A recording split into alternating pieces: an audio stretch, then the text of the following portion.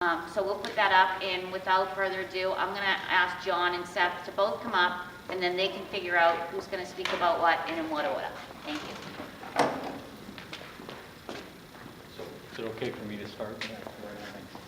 Good evening, everybody. I'm John Verre, Assistant Superintendent for Special Education and Student Services, and I just wanted to say a few things by way of introduction. Seth Bartholomew, who's our supervisor and district-wide lead in the area of autism, we'll be talking about more of the specifics this evening, but I wanted to say a couple of things in general first. First of all, I have a pile of paper here, copies of the layout of the extended school year programs for this summer. I talked about this last month.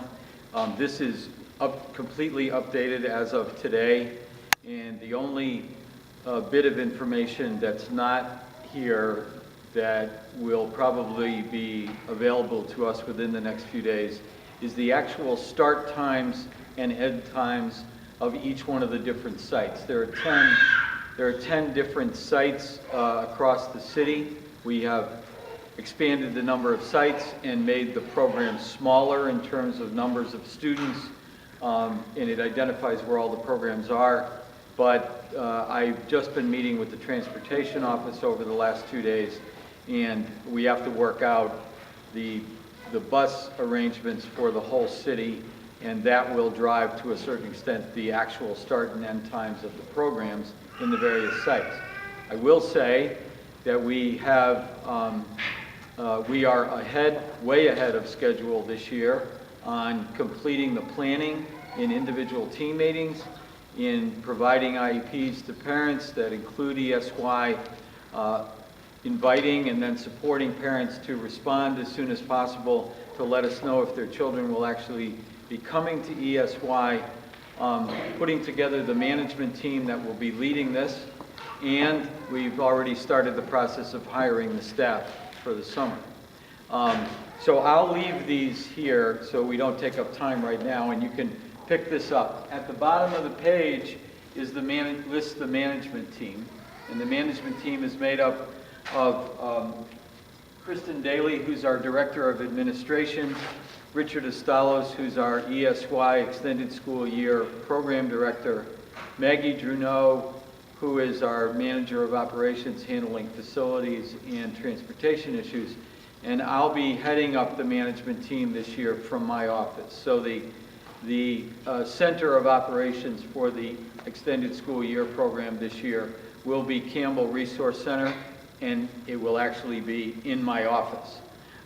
So our names and phone numbers and email addresses are all on this sheet, and so if you have any questions starting immediately about ESY, the best person to call is me. Angie Robery is my administrative assistant, and then Kristen or Richard or Maggie will get back to you if it's an area that they can address.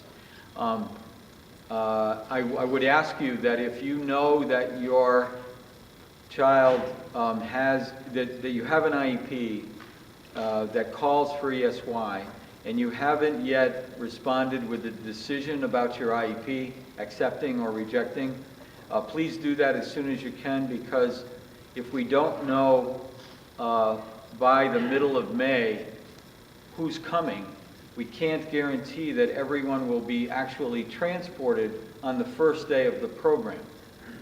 So everyone who's identified by the middle of May will be transported on the first day of program. And if we get identified, if your child gets identified after that, then we're going to struggle to get them there on the first day. This is because of the new contract with the new transportation company that all's rolling out on July 1, just 7 days before the ESY program starts. So we're working very hard on the transportation, with the transportation department, to make sure that we don't run into glitches as far as transportation goes. Also, your coordinator from your school may have asked you, even after you signed your IEP, that includes ESY, they may have asked you, are you intending to send your child? We would really appreciate your answering that question as soon as you can. Here's why. We have 1,800 students right now with ESY in their IEPs. It is the largest extended school year program in New England.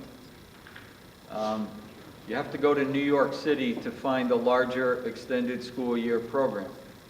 So this is very big and very time-consuming and very costly. Last year, we had about 1,700 students with ESY in their IEPs, and our average daily attendance was 1,000, which means that on an average daily basis, 700 students who had ESY in their IEPs didn't come to program. Now, for some of that, it's families decide to go on vacation on certain weeks and not on other weeks, and we understand that, and we route your child with a bus for the entire summer.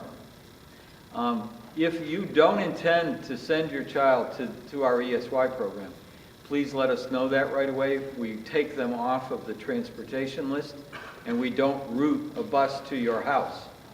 If they remain on the transportation list until May 10th of this year, they will have a bus routed to your house. It's okay if you decide not to send your child, that's your choice. It just becomes costly, quite costly, to route 1,400 or 1,500 children and only have 1,000 students actually avail themselves of the program. My guess is that most of you who have ESY in your IEPs know that, have signed the IEP, and have said yes to the question or no. But if you have any friends who haven't acted on that yet, just ask them to act on it. Great. I'll stop with the ESY, but believe my phone number and email address are there. So the Nerve Center for ESY is on my conference table right now. Relative to children with autism and ABA services, many of you who I've worked very closely with over 3 years know that 3 years ago we were having great difficulty meeting the expectations that you have for us and that IEPs call for in delivering all of the services that are needed for all of our students, and part of that was ABA services. With the help of people like Seth over the last couple of years, I believe we've turned that around. As a result, we are providing ABA services to close to 800 students right now. It'll be over 900 probably by the end of the year or the beginning of next year. That's a huge increase over the last 3 years. That's accounted for by two realities. One, the identification rate for children with autism and the need for ABA services has increased significantly over the last few years, not just here, but across the country. Secondly, we're doing a better job as a department in addressing the needs of children.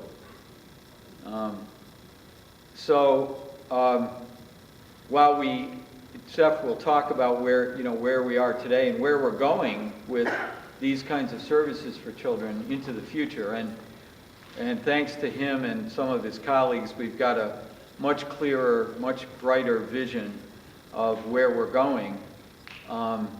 This is one of the largest and most costly areas of service in the area of special education in Boston.